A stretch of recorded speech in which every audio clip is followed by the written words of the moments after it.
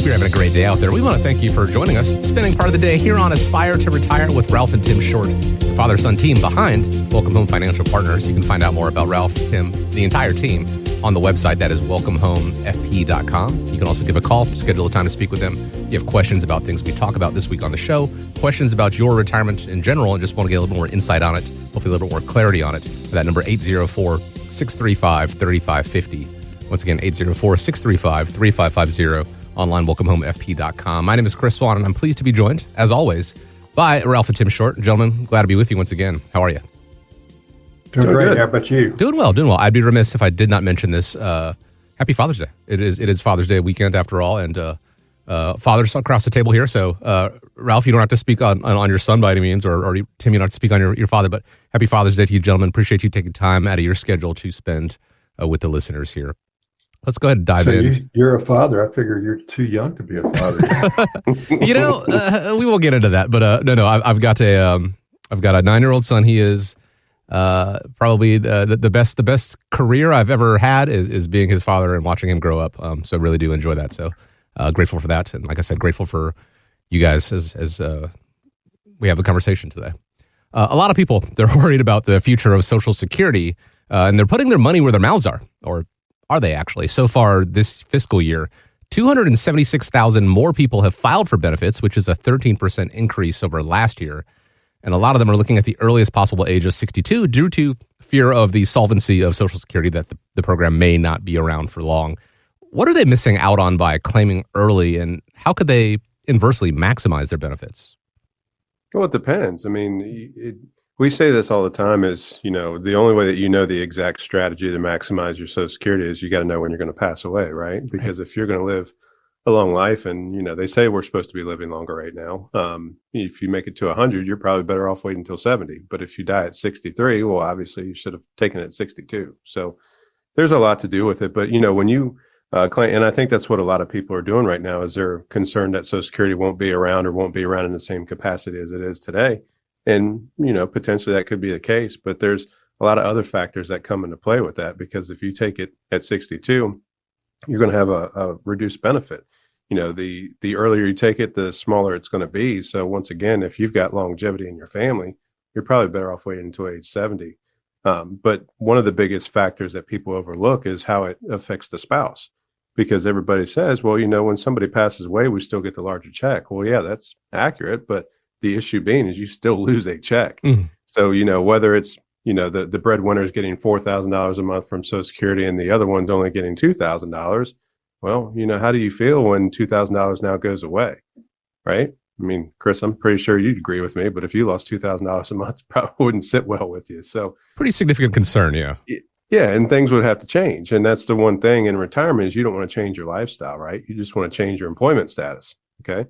So I think, not only is it going to affect your spouse, but it's going to affect your overall portfolio, because a lot of people will have to end up now spending down on their assets in order to keep the same income level. So, it's not always the right strategy to claim at 62. It's not always the right strategy to claim at age 70. And I think, once again, like we talk about this retirement roadmap, is we want to sit down and we want to take a look at how we can optimize it. But just because you've got the optimize or maximize strategy doesn't always mean it fits with your overall retirement plan. So these are all these factors you got to pay attention to. I would say to everybody out there, it's your retirement plan, it's your lifestyle, it's whatever, but it's you and what you were trying to do. People always come in and say that they, want to claim their Social Security at the earliest. And I'm asking them why. I said, are you planning on retiring? He said, no, but I want my Social Security because it may not be here. I said, well, nobody knows that, but let me just say this to you. I do not believe, or let me ask you this question. What would happen in America if the government decided to take Social Security away from us? I think we would probably have another American Revolution. So I don't think that's going to happen. Is it going to be in the same format as we have right now? Probably not, but things change. Life changes, and you just have to adapt to it. But the other thing is you need to take a look at your health status too, because if you're in perfect health, you may not need to claim Social Security early. But if you're in bad health, that might be a consideration, saying, hey, I want to make sure that I get something out of this, and maybe I should claim it. The other thing is this. have a lot of people that will come in and say, I want to claim Social Security at 62. I'm still going to work. I'm like, well, why are you going to do that? And they said, because I want to make sure I get something from Social Security. I said, well, do you realize that if you make over a certain amount of money, that you're going to have to give some of that back, what you receive from them? So why are you getting less money because you're taking it early? And then you still have to give some of it back because you're still working and making more money than they want you to have. So a lot of this depends on what your intentions are in your retirement years. Just because you retired doesn't necessarily mean that you're not going to do something that might generate some income. So those are all things that we sit down with people when we get to know them in our first connection meeting to try and understand what they're trying to accomplish. Because guess what? It's all about you. It's all about your lifestyle. It's all about what you want to do in retirement. And just because your neighbor or your brother-in-law tells you that you need to do this because they're doing it doesn't necessarily mean it's right for you. Okay. That's the thing that people need to understand more than anything.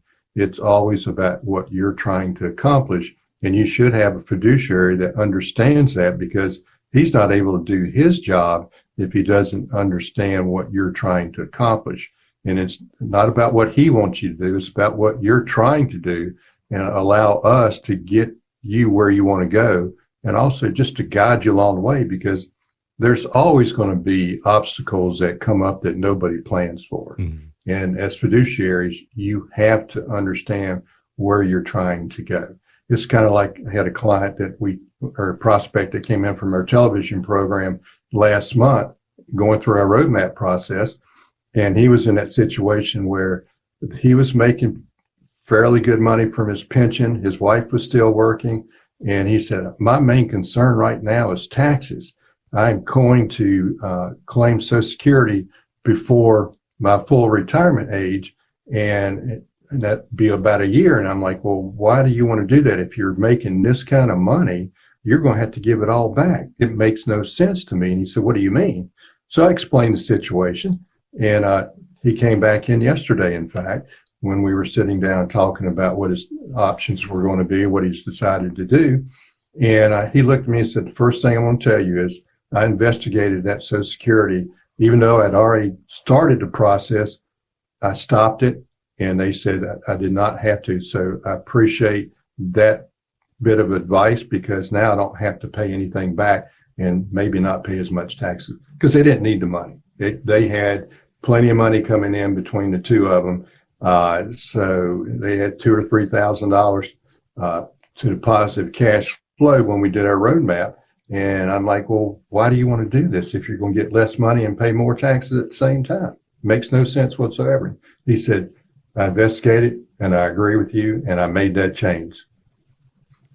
There are people out there who genuinely need the money that they've put in, that they've set aside, or I don't want to say invested, that they put into Social Security over their working career at 62. And for them, claiming as soon as they need the money is, I mean, it makes all the sense in the world. If you need it, you have to utilize it. But there are many out there who do not, who, again, are continuing to work past 62. And these thresholds, these tax thresholds where they could be paying money back into it, something a lot of people probably don't expect. And these thresholds, by the way, there was a 50% tax threshold that was put into effect during the Reagan administration, and then an 85% tax threshold that was put into effect during the Clinton administration. And while those have been standing true for the past, 40 some odd years, the thresholds are still the same, right? And they're actually not as high as people would think.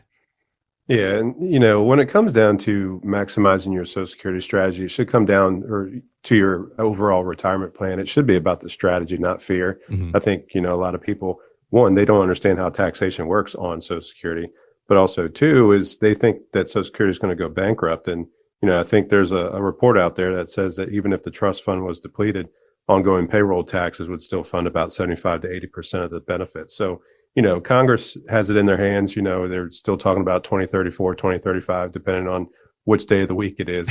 I think it's important to make sure that you don't lock yourself into a benefit, a permanent reduction of about 30%, right? But once again, this all fits into the piece of the pie. It's not everything. It's not the end all be all, but you can make a critical mistake when it comes to Social Security, and now you could be penalized for forever, and same for your spouse. So once again, this is something that we take a look at. there's different strategies that you can take a look at.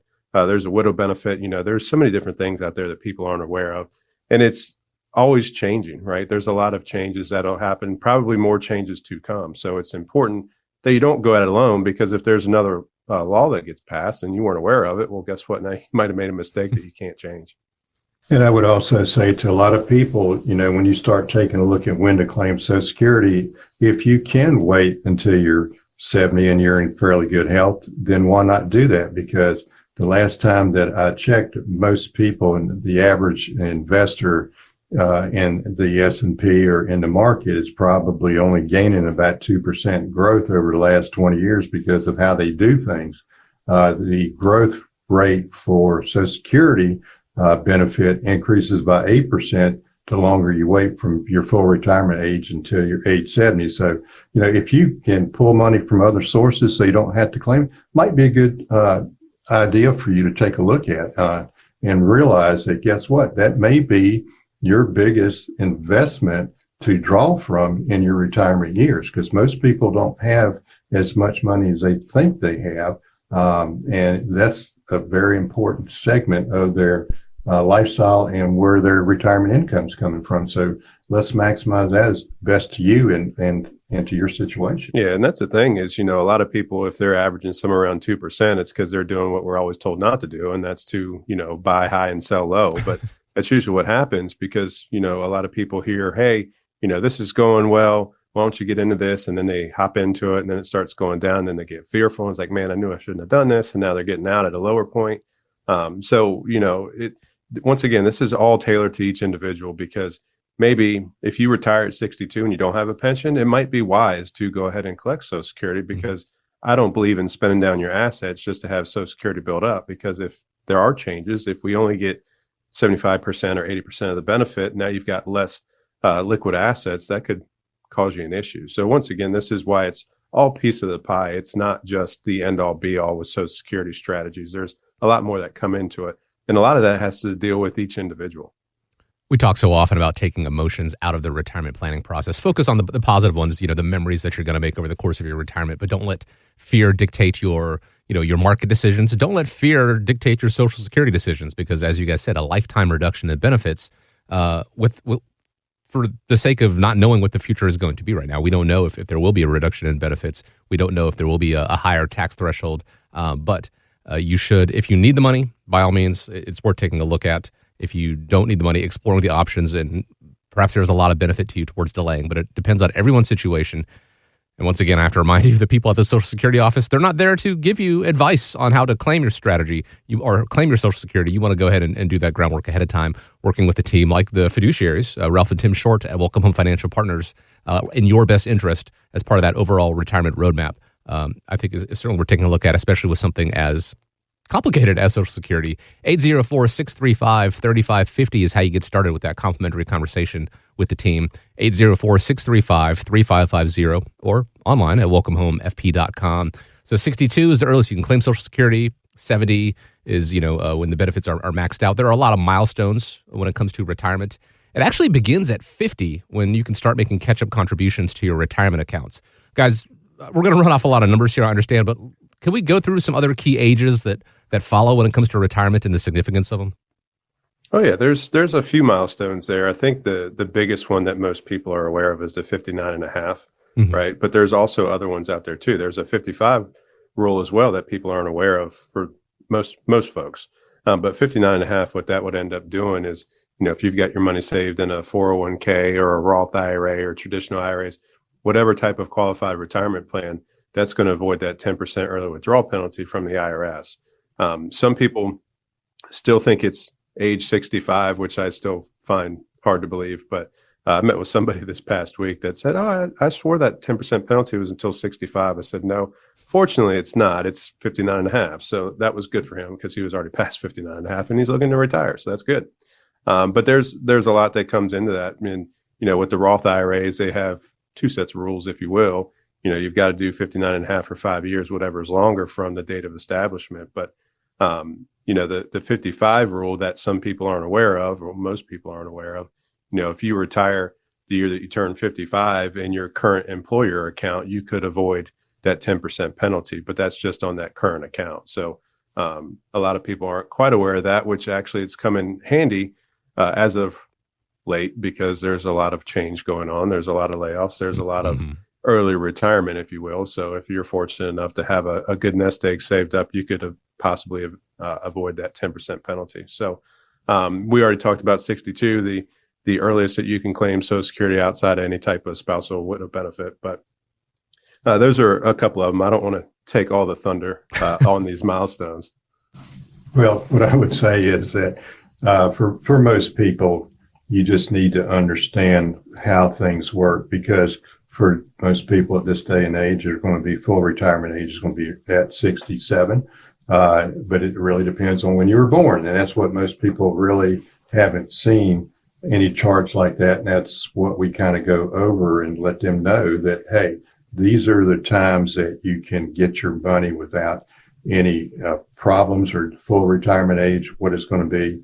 And then, at age 70, we talked about this a while ago, that's the maximum that you're going to be able to get from Social Security, except for any type of cost of living. So I think the biggest issue for them is to understand how these milestones will work for your plan, because it is all about you and what you're trying to do. The other thing that we need to do, and the way I explain it to people, is RMDs. RMD age right now, as it stands under the Secure Act, is age 73.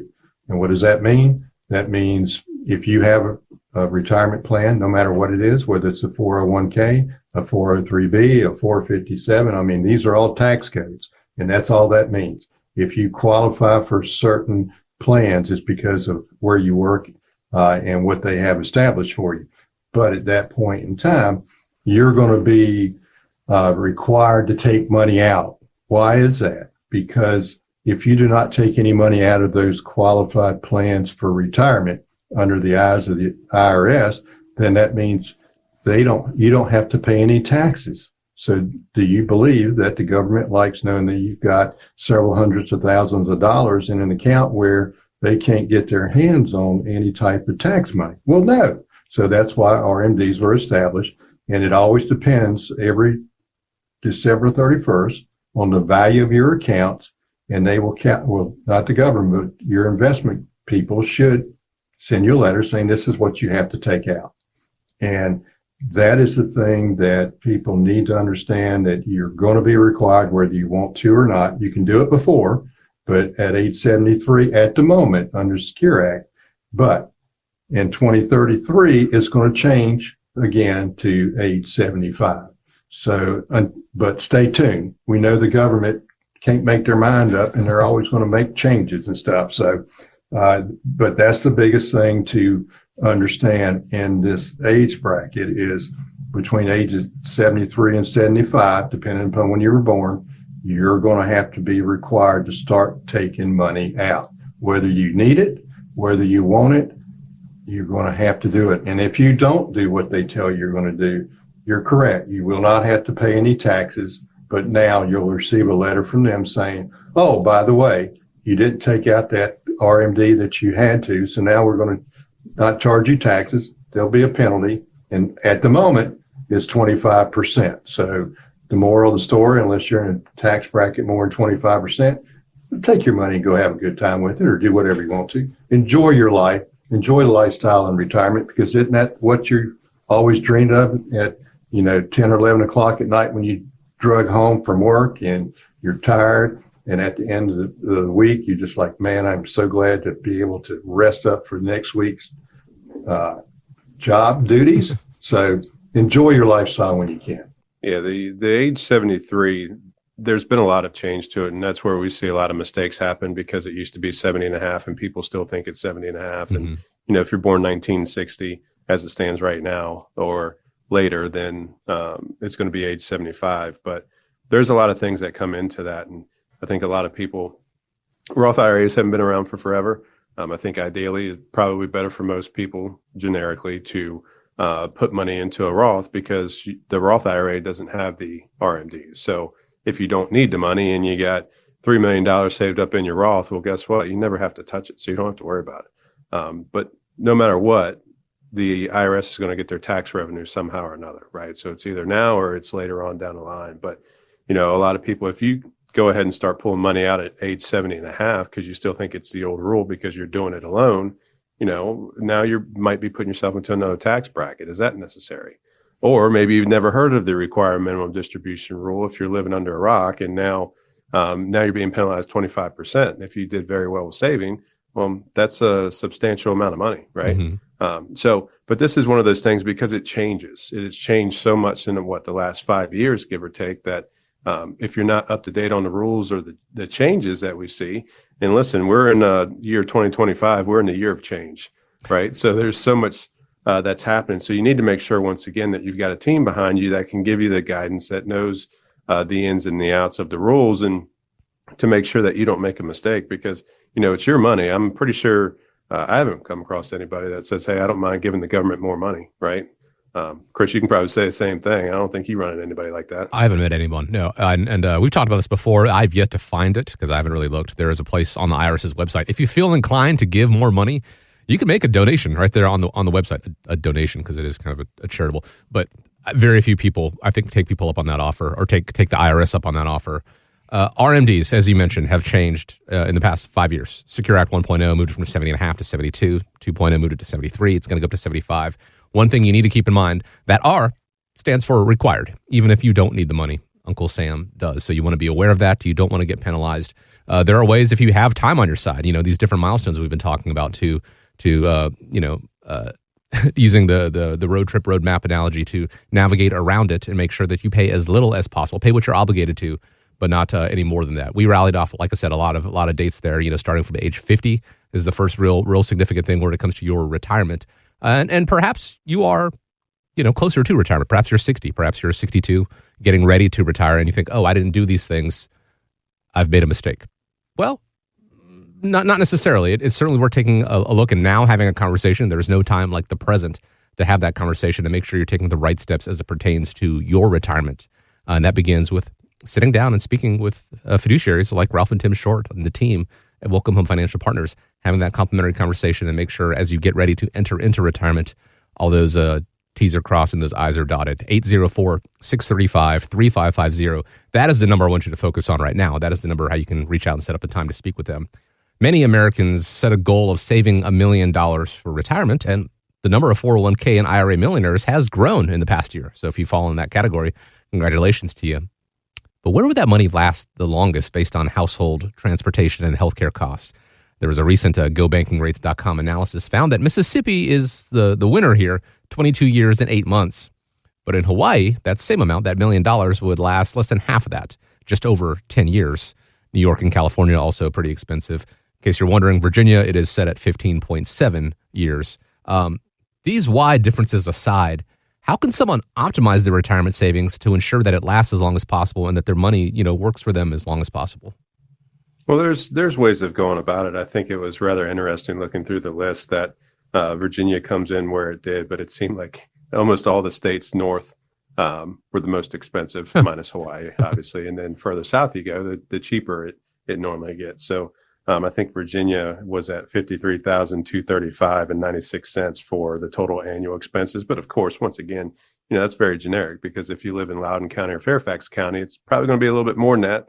But if you're, Southwest Virginia, it might not be quite as much. Rural Virginia probably won't be quite as bad. But I think you got to start and create your detailed retirement income plan. And most people, all they pay attention to is their actual statements for their accounts. And hey, I'm chasing that $1 million mark. And, now, I think we've probably seen in the last 5 to 10 years that there's a lot of middle class millionaires, if you will, that, have done pretty good, and they've got well over $1 million. But it doesn't come down to the actual pot of money per se, because you can just extrapolate it out and say, okay, hey, we've got $1 million and it's costing me $100,000 a year to live in Hawaii, which might be at a low point, depending on which island that you're in. And it's just going to be 10 years because, if you just put your money in the bank, then it's probably only going to last you 10 years. But if you've got it invested wisely, it might last you longer if you've got some other guaranteed income. And I think the retirement income plan, you need to know what your monthly expenses are, and you need to compare them to your guaranteed income sources, whether that's Social Security, whether it's pensions, whether you invest into an annuity. I think that's a really good place to start, because once again, it's not about being that millionaire or chasing that magic number. It's going to come down to your income plan. But part two of that would be being strategic with your withdrawals, because, I think we've talked about this before, and we've had a few clients that, when we sit down and talk with them for the first meeting and say, well, what's your plan? And they once again pull out their statements and say, well, you know what, that's fine. If, the market's not doing good that year, I just won't take those trips. And Chris, like you talked about it earlier, it's about the memories. Mm-hmm. And if you've got the market dictating what you can and cannot do, especially in the times that we find ourselves in now, retirement might not be those golden years that people talk about. So, you got to be smart with those withdrawals. So if you've got guaranteed income, that's great. But if you're still pulling money out from other accounts, you want to make sure that you're strategic with them, because if an account's not doing well, hey, maybe we leave that account alone. Maybe let's switch to something that may be fixed or guaranteed. So there's a lot that comes into that. So once again, it's not about that magic number or that $1 million mark or $500,000 mark or whatever. It's about the income at this point in time. And big piece of that also too is going to be taxes. We talked about they require minimum distributions, and if you're fortunate enough that you don't need the extra income and you just want to leave it alone, well, guess what? You're going to be required to start pulling from that unless you want to pay a penalty, which nobody does. And that could potentially put you into another tax bracket. We sit down with folks and we talk to them quite a bit as, hey, if we've got an extra $10,000 or $20,000 in our tax bracket, why not, minimize RMDs later? And maybe let's start taking some money out now. And, maybe you can gift it to your kids or grandkids, or you can do different things. So that's all part about being strategic when it comes to your withdrawals. And I would say to most people, it doesn't matter what kind of money that you have. Your lifestyle is going to depend on what you're trying to do. I mean, if you're fixing to retire and you want to move closer to your grandkids, and you decide that you're going to be selling your house that has no mortgage on it, and you're going to move there, and their cost of living is a little bit different than where you've been living. Or think about it this way. If you had a mortgage that was at 2.5% because you refinanced it a few years ago, and you decide to move and you sell that, guess what? Your mortgage interest rate is going to be a lot different. So your expenses are going to be a lot different. So those are all things that we take in consideration when we start talking to people about what their goals and dreams are, because guess what? It's all about your retirement. It's not about my retirement. It's not about Tim's retirement. It's about what you're trying to do. And those $1 million accounts, $2 million accounts, they may last you forever because you don't want to live very extravagantly or travel around the world and things like that. But, it's like I tell people, if you do not use any of this money, somebody else is going to enjoy it instead of you.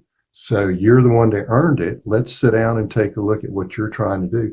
And if it is, move to near your grandkids. But the other thing is, we've had clients come in and said, yeah, we're moving to, Colorado because that's where our grandkids are. And they get out there within a year, guess what? Their son or daughter got moved, transferred to another state. And now they're stuck out there in that state without their grandkids. And now they got to decide what to do. So, I mean, life's going to change for you, but you got to have an understanding that whatever amount of money that you've got to utilize it to the best of your ability to do the things that you want to do and you can enjoy. It's not about let somebody else enjoy it. I mean, they're going to receive whatever you've got left over. Okay. And they did not earn any of that. They might have had to put up with you and your idiosyncrasies over their lifetime, but we won't go there, right, Tim? We can if you want to. not during Father's Day weekend. Let's not do this. But that's the thing. It's not about that pot of gold at the end of the rainbow. It's what are you trying to do with it? And we have some people that come in and say they know they're going to have to work until they drop because that they didn't think they had enough money. But there's two sides of the coin when it comes to living. One of them is income. The other one is expenses. If you saved a lot of money and you've got a lot of expenses, guess what? It may not last as long as you think because you've got $2 million, but you're spending $250,000 a year just doing the things you want to do. It's not going to last long. But if you got $400,000 saved up in your retirement accounts, but you have no debt, You have no extravagant lifestyles. You just want to sit around the house with your grandkids. Hey, that's your choice. It's not going to cost you as much. You probably are in pretty good shape. So that's why you need to talk to fiduciary, let them understand what you're trying to do so they can help you get there. Yeah, and I think, we talked about relocating and downsizing, and we get that conversation quite a bit, right? But we've talked about in the past about test driving, so if you say, hey, my grandkids moved to Colorado to be in the Air Force Academy, and then next thing you know, in 4 years, now they're transferred out to wherever, wherever life may take them. Mm-hmm. And now you could potentially be stuck there. So wouldn't it be a little bit more wise to maybe take a couple of trips out there and see kind of what the cost of living looks like before you start diving into that? Because if you sell your house here in Richmond or, wherever here in Virginia, and next thing you know, you move somewhere and now you're left all alone. I think I told the story about a client that moved from Louisa, Virginia out to Las Vegas to be by her close friends. And then they moved to Idaho a year after she was in Vegas. So she moved back to the East Coast, but now she's close to some relatives down outside of Raleigh, North Carolina. But, it's important to test drive that and see if that's really where you want to be. I mean, yes, you might want to be close to your kids or your grandkids, but then you get there and maybe it's, a lot more expensive. What if they are transferred to Hawaii? And, I think there's a lot of people that think Hawaii and island sounds really good for retirement, but then you get out there and it's like, good Lord, this is a little bit outside of my pay grade. Mm-hmm. So I think it's really important to do that. But right now, if you were fortunate enough to buy or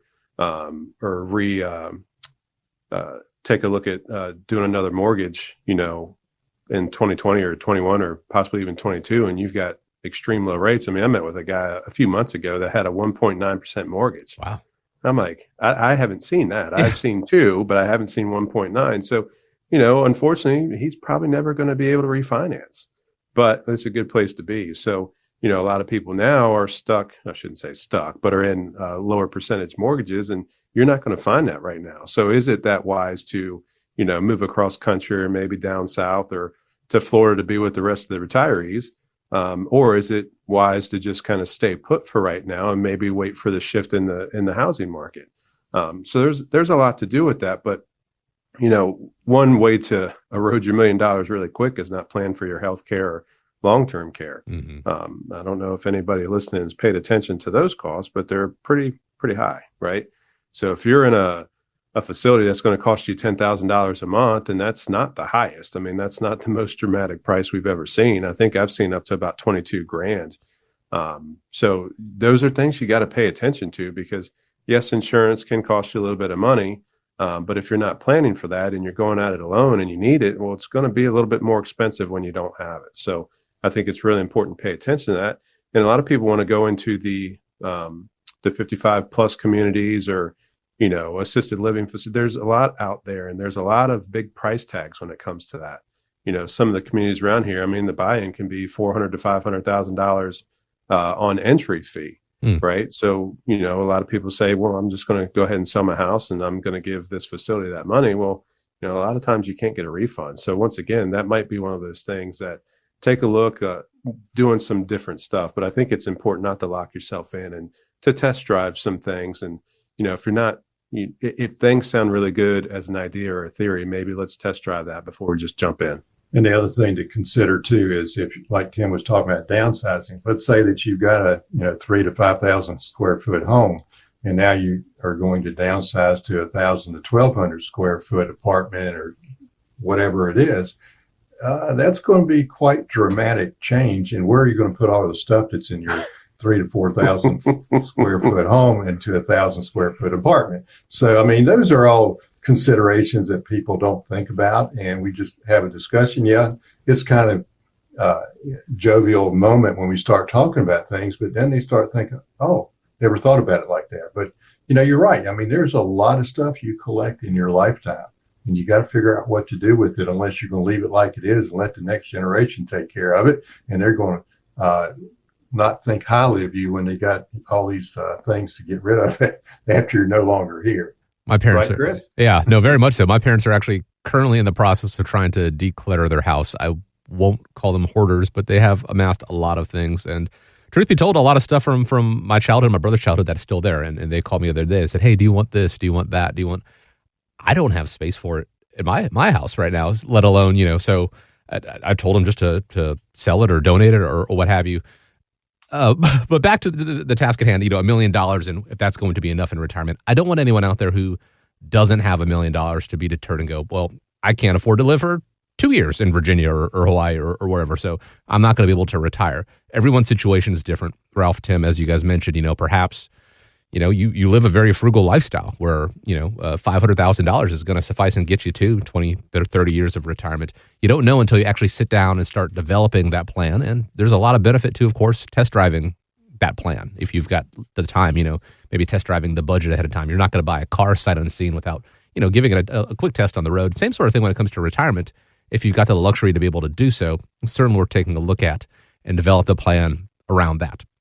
But also bear in mind on the road to and through retirement, there are going to be detours on the way. Maybe there is a new grandkid you want to go spend more time with. Maybe you develop a new hobby, you want to travel more, or on the other side of it, maybe there is a healthcare situation. Finding ways to make sure that doesn't completely derail your retirement to get you back on track is where having that retirement roadmap comes into play. And the first step to doing that is reaching out and setting up a time to speak with Ralph and Tim Short. 804-635-3550 is the phone number. That's how you give a call. Set up a time. 804-635-3550. Ralph, you mentioned earlier letting someone else enjoy your money, your hard-earned, the fruits of your labor. And that kind of ties into this high school graduation, actually. Turns out 2025 was the biggest year for high school grads in our nation's history. And a lot of these kids, they're going to need financial help in college, scholarships or help from the bank of mom and dad, or perhaps their grandparents. There's actually a new trend among boomers to skip their adult children and go right to the grandkids with the inheritance. So they're giving them the money while they're still alive so that they can see the grandchildren use it, being able to actually see them enjoy the fruits of their labor. Have you seen this happen with clients, and does it take special planning? And are there any mistakes or things they need to watch out for? Well, this is an interesting conversation because I didn't know this was a trend. We might have to end that trend really quickly. No, I'm teasing. So, so my son graduated from high school this year, and I think his class was just shy of 500 people. Wow. Which is pretty large. Mm-hmm. So, and remarkably, we got through the whole ceremony within an hour. I mean, you would think, calling all those names. Yeah. So the one thing real quick is it was funny because, of course, our last name's Short, so we're at the tail end of this, but there was actually another boy in his class that had the same first name and same middle name as him. So my wife and I and kids were sitting there watching it, and we heard the name come up, and we're like, oh, wait a minute. I thought we were way far away from the S's. So it took we didn't realize that. And actually my son didn't realize it is. So that was kind of funny. But yeah, so when it comes down to taking some special planning, a lot of people have heard of 529s before, but 529s can be very restrictive. I think there's a lot of things that you can do in order to make sure that you take care of your kids or your grandkids. But one thing that's often overlooked is life insurance, right? Because nobody wants to talk about life insurance, right? But there's two things guaranteed in this life, and that's paying taxes and dying. Well, excuse me, there's three. Change. There's always going to be change, right? I like to implement number 3 there. But if a grandparent takes out some life insurance and has their beneficiaries be maybe partially the grandkids, then, if something happened or when something were to happen to them, then obviously that money most of the time will go over to the beneficiaries tax-free.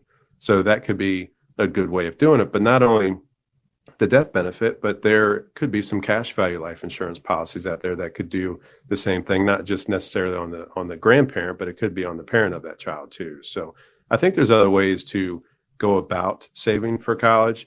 The scholarships these days, trust me from personal experience right now, there's not a whole lot of scholarships going on out there. And the cost of universities now dramatically increase. And there's always these add-ons too, the meal plans and everything else. So I'm right in the heat of it right now. So it's a good thing that we have plans. So, if you want to look at gifting some money, the issue being with gifting, there's limits to it and all of this, but maybe it's not wise to give an 18-year-old, $10,000 of cash right now, because that's probably not going to go to what you necessarily want it to go to. So there's a lot to do with it. And I think it's really important to have those early conversations, because if you're a young parent or a young family starting out, it's really important to do it before it's too late. And I think that's probably the last thing on people's minds is, okay, hey, now we just had a baby. Now we got to afford, the food, the diapers, all of this stuff. Well, guess what? Maybe let's sock away a couple $100s a month or whatever to make sure that we've got these plans set into place, because it's just like investing. The sooner you start, the better off it's going to be, because time's on your side. And I would say to anybody listening, understand, once you give a gift of cash, it's out of your control. It goes to that person and they get to do whatever they want to with it. And it may not be the same thing that you desired that money to go towards. Okay. So just be aware of that. The other thing is, if you do have college funds, things like that, and you expect them to go to college, well, guess what? They may not want to go. They may not have any desire to do that. It's just because it's your dream doesn't necessarily mean it's their dream. They may want to go to technical school. That's great. If that's what they want to do and that's their dream, then let them do it. Help them get there. But to me, I think everybody needs to understand, you just don't give carte blanche to anybody to let them do whatever they want. Maybe it has some strings attached to it. Say, hey, if you go to college, I'll pay so much a month towards, or so much percentage of it. But it allows them to get where you want to go. And guess what? If they do the things that you would like for them to do and they want to do, then maybe you can give them a little bit more. But I always believe, as a capitalist, that you should receive money if you're doing the right things and improving yourself. And just getting ahead in this world takes some time, takes some money, and it takes dedication. And it takes a goal that you have to work towards. And that's what I would suggest to anybody, is if the kids go to school, whether it's your grandkids or your kids, help them out, but let them understand they have to do their job also. If they go to school, their job is to pass those classes, prepare for a job later down the road. It's just not, hey, let's have a good time and have a party. You're going to do that anyway, whether you're in college or not, as at young, and even probably in mid-age, you're still going to do it. But understand, you have to be a productive citizen in the United States, whether some people believe that or not. That's the things that you need to understand about. For me to give money to somebody, it needs to be for productive use. Yeah, and you bring up a really good point. And, part of their ceremony for graduation is they honored the kids that were actually going straight into the military, which was pretty cool to see. Mm-hmm. But, if you go into the military, well, now what are you going to do with the 529? Yeah, you could maybe pass it down, but that's not what it was essentially set up for. So there's a lot to do with that. And that's why when we talk about 529 plans, they're very restrictive. So if life works out the way that you intended it to work out, maybe that's a good place to be. But guess what? I can speak for myself. I know Dad can do it too, but our kids don't think the same way as we do, right? So, Amen. Amen. So it's important to make sure that your dollars are going to go where you want them to go. And we talk about, when it comes to estate planning, maybe establishing trust and say, hey, like you were talking about a minute ago, is, hey, maybe at age 18, maybe you get X amount of dollars, 21, 26, 25, whatever. You've got some more restrictions there. So we actually saw this week during one of the morning news broadcasts that they're trying to introduce the Trump accounts for newborn babies. So Chris, have you heard of this yet? I'm not familiar with it. I've heard the term, but I don't know exactly what it is. Yeah. So supposedly, who knows if it's going to pass or not, but any newborn child will receive $1,000 from the government in an investment account. And it's like, okay, they're trying to get a leg up. Well, the issue in my eyes is that, number one, we have to pay for all that. And there's a lot of babies that are produced on an annual basis. But also, too, is the guardian of that child has access to the money. So to me, well, if you're not managing your other funds and now you're getting another $1,000, is that child that it's intended for, is it still going to be there? So I don't know what all the rules and restrictions look like, but there's other accounts out there where you can have investment accounts set up for your kids, and then at certain ages, depending on your state, you could pass that over to them. So there's a lot there. And setting up a trust, yeah, it does cost a little bit of money, but guess what? I'm going to ask you this question, Chris, or the audience, either one.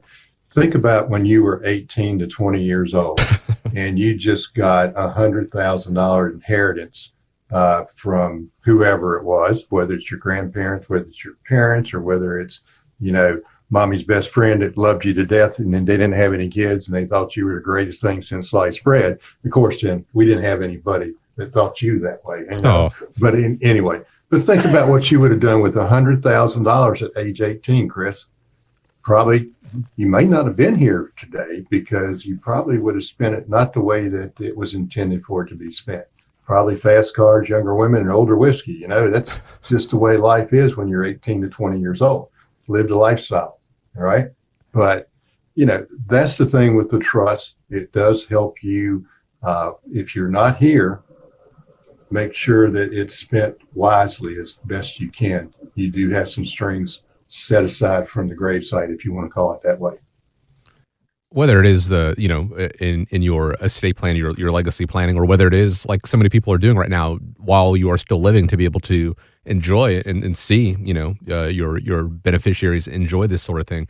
It does take a degree of planning because, as you said, Tim, there are three certainties in the world: death, taxes, and change. And if life works out the way you want it to, it doesn't always work out the way we want it to. There will be change. It seems inevitable, but having a plan in place and being able to kind of control and make sure that it works the way that you want it to, all starts with having that plan. It's part of the discussion. Yes, if you want to give the money to your children, your loved ones, great. That is certainly your prerogative, but you want to make sure that it's done in a way that, benefits everybody, aside from Uncle Sam, of course. You want to make sure that it doesn't benefit, because it always comes back to taxes. At the end of the day, taxes. It's one of those certainties. But having that plan in place, it's part of the discussion. It's part of that retirement roadmap process. And that begins with reaching out and setting up a time to speak with Ralph and Tim Short.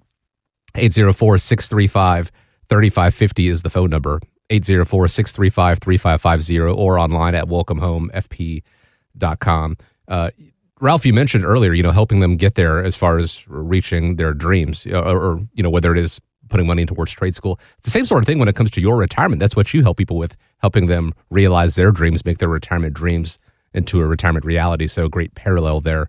Again, welcomehomefp.com is the website. Guys, we have a couple minutes here before we wrap up, but I want to touch on this. Clark Howard is a nationally known consumer advocate who has helped a lot of people when it comes to their personal finances. And recently he was asked about how to save money for retirement.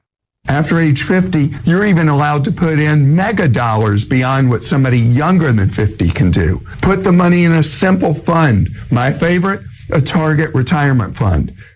Target date funds have, for a while there, not been our message, or at least what I've heard. Do you agree or disagree with what Mr. Howard is saying here? Yeah, I don't necessarily agree with it because, he calls it simple. I think they're probably anything but simple.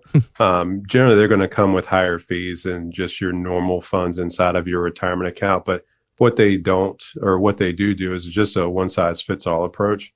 They don't consider your personal goals, your risk tolerance, or anything outside of that account. So I don't know if that's necessarily the way to go. But I think, a lot of people, especially when they're younger, that's what they resort to, because if it's like a 2060 fund, okay, well, we've got, plenty of years before we get there. So that's generally going to be more aggressive, but all it's taking a look at is the time, right? So if you just say, hey, I'm 20 years old, I just started my job and now I'm going to put it in a 2030 fund. Well, that doesn't make a whole lot of sense, right? But a lot of people don't necessarily know how they work. But if you've got higher fees and it doesn't take a look at the overall picture, maybe this isn't going to work out for you in the long run. So I don't know if I necessarily agree with the target dated funds.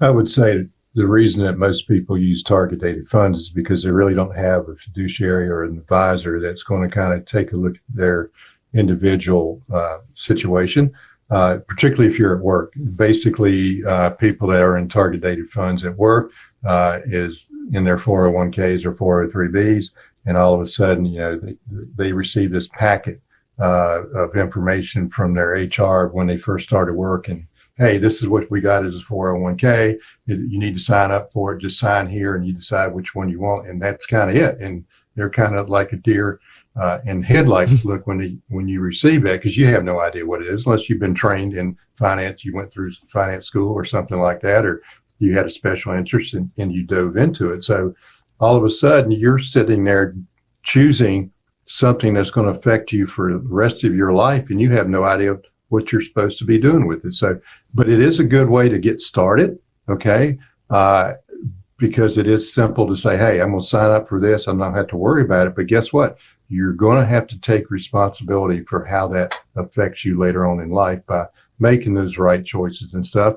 Do some educating on yourself to what they are and say, is this the right thing for me? But I agree with what he says. It is simple to do, to sit there and say, hey, I want to take $100 out of my paycheck a week and put it towards something. Start out with that, but do it. Do something instead of taking that money and going to the local play spot or whatever, take that money and invest it.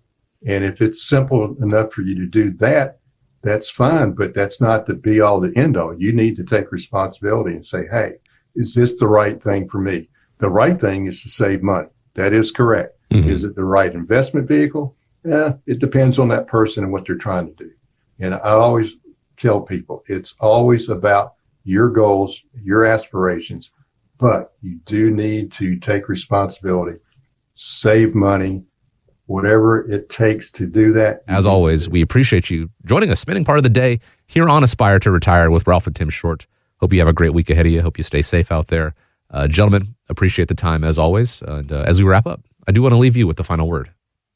Yeah, thank you, Chris, and we appreciate your time as well. But, we've talked a lot of uncertainty and, a whole lot of change going on, estate planning, Roth conversions. These things are very important and can be very important for your retirement plan. So, if anything you heard today kind of struck a nerve, if you will, give us a call. We'd love to see what kind of value we can provide for you. We bring you into the office and we can create your very own retirement roadmap. But pick up the phone, give us a call, visit the website, attend one of the First Friday events. We'd love the opportunity to meet with you. So we want to thank everybody for listening and take care.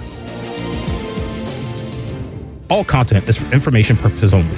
It is not intended to provide any tax or legal advice or provide the basis for any financial decision, nor is it intended to be a projection of current or future performance or indication or future results. Opinions expressed herein are solely those of Welcome Home Financial Partners and Welcome Home Wealth Advisors, LLC. The information contained in this material has been derived from sources believed to be reliable, but is not guaranteed as to accuracy and completeness and does not purport to a complete analysis of the materials discussed. All information and ideas should be discussed in detail with your individual advisor prior to the implementation. Each individual investor's situation is different, and any ideas provided may not be appropriate for your particular circumstance.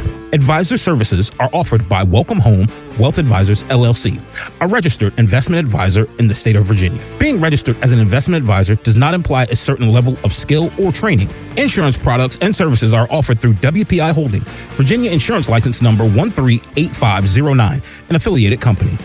The information contained herein should in no way be construed or interpreted as a solicitation to sell or offer to sell advisory services to any residents of any state other than the state of Virginia or where otherwise legally permitted. Welcome Home Wealth Advisors, LLC and Welcome Home Financial Partners are not affiliated with or endorsed by the Social Security Administration or any government agency.